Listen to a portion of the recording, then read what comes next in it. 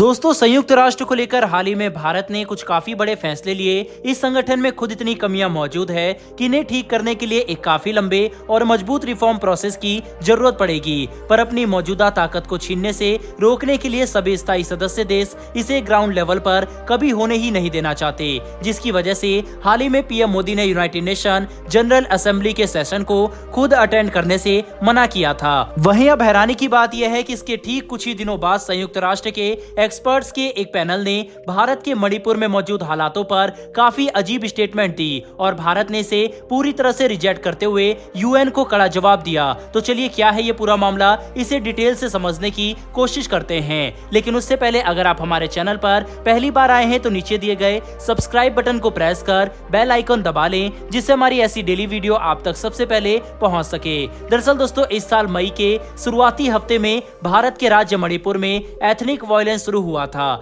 जिसके दौरान काफी भयानक वीडियोस निकलकर सामने आ रही थी। पर भारत सरकार ने मिलिट्री और पैरामिलिट्री समेत पुलिस का इस्तेमाल करते हुए हालात को काबू किया और हिंसा पर रोक लगाई। सरकारी डेटा के अनुसार इस वक्त मणिपुर में हालात काफी शांतिपूर्ण है और स्थिरता से वहां पर डेली एक्टिविटी की जा सकती है। लेकिन संयुक्त राष्ट्र के एक्सपर्ट की माने तो मणिपुर में इस वक्त भी बहुत ज्यादा मानव अधिकार उल्लंघन हो रहे हैं और इसे देखकर वह काफी परेशान है। अब अगर समझने की कोशिश करें तो संयुक्त राष्ट्र के एक्सपर्ट्स की इन बातों में कोई भी सच्चाई नजर नहीं आती, क्योंकि ना तो वे कभी मणिपुर जाकर वहां के हालात देख कर आए हैं और ना ही उन्हें किसी सरकारी चैनल के माध्यम से ये तथ्य मालूम हुए। इसीलिए ये कहना गलत नहीं होगा कि संयुक्त राष्ट्र के जो एक्सपर्ट आज मणिपुर में हालात और मानव अधिकार के उल्लंघन को लेकर भारत को कार्रवाई करने की सलाह दे रहे हैं, उन्हें ग्राउंड रियलिटी के बारे में कुछ भी नहीं पता और बस एक रिपोर्ट तैयार करके भारत पर दबाव बनाने की कोशिश की जा रही है, जिसे ध्यान में रखते हुए जेनेवा में मौजूद भारत के परमानेंट मिशन ने इस रिपोर्ट और इन विशेषज्ञों के ओपिनियन को सिरे से खारिज कर दिया और ये बात खुलकर कही कि ये रिपोर्ट न सिर्फ बेमतलब है बल्कि गुमराह करने वाली भी है। भारत के परमानेंट मिशन ने संयुक्त राष्ट्र को इस बात की हिदायत दी कि उन्हें किसी भी तरह के भारतीय मामले पर टिप्पणी करने से पहले सरकारी जानकारी का इंतजार करना चाहिए और खुद कहीं से भी तथ्य उठाकर इतने संवेदनशील मुद्दों पर बयानबाजी नहीं करनी चाहिए, क्योंकि इसे हम भारत के लिए एक धोखा ही मानेंगे, जिसे हम बिल्कुल भी स्वीकार नहीं करने वाले। बता दें कि जब मणिपुर में हिंसा शुरू हुई थी तब यूरोपियन पार्लियामेंट में भी इस मुद्दे को लेकर डिबेट की गई और भारत पर दबाव बनाने की कोशिश चल रही थी। लेकिन जब चीन और पाकिस्तान के अंदर से इसी तरह के मामले सामने आते हैं तब ना तो यूरोपियन यूनियन और ना ही संयुक्त राष्ट्र के कानों तक ये खबर पहुंचती है।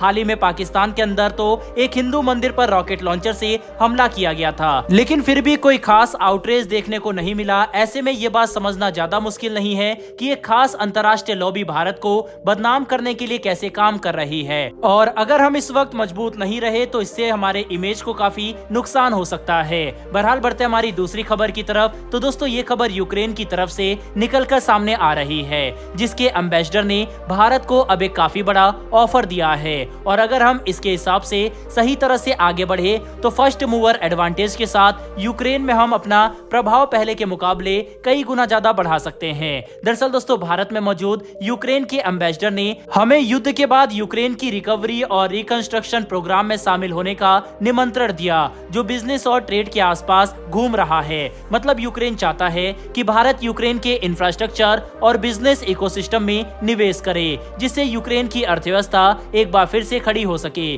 और अगर भारत ऐसा करता है तो ऐसा करने वाले कुछ पहले देशों में से एक होने की वजह से आगे जाकर हम यूक्रेन के साथ अपनी बिजनेस और ट्रेड पार्टनरशिप को कई गुना ज्यादा बढ़ा सकते हैं, जिससे दोनों ही देशों को काफी आर्थिक लाभ होगा। साथ में इससे यूरोपियन यूनियन में भारत का प्रभाव भी तेजी से बढ़ता देखने को मिलेगा। बता दें कि वर्ल्ड बैंक की तरफ से जारी किए गए लेटेस्ट एस्टीमेट के अनुसार यूक्रेन को युद्ध में जितना नुकसान हुआ है उसकी भरपाई करते हुए वापस से रिकवरी करने में यूक्रेन को 411 अरब डॉलर के इन्वेस्टमेंट की जरूरत पड़ेगी, जो कि पहले लगाए जा रहे अनुमान से 2.6 गुना ज्यादा है।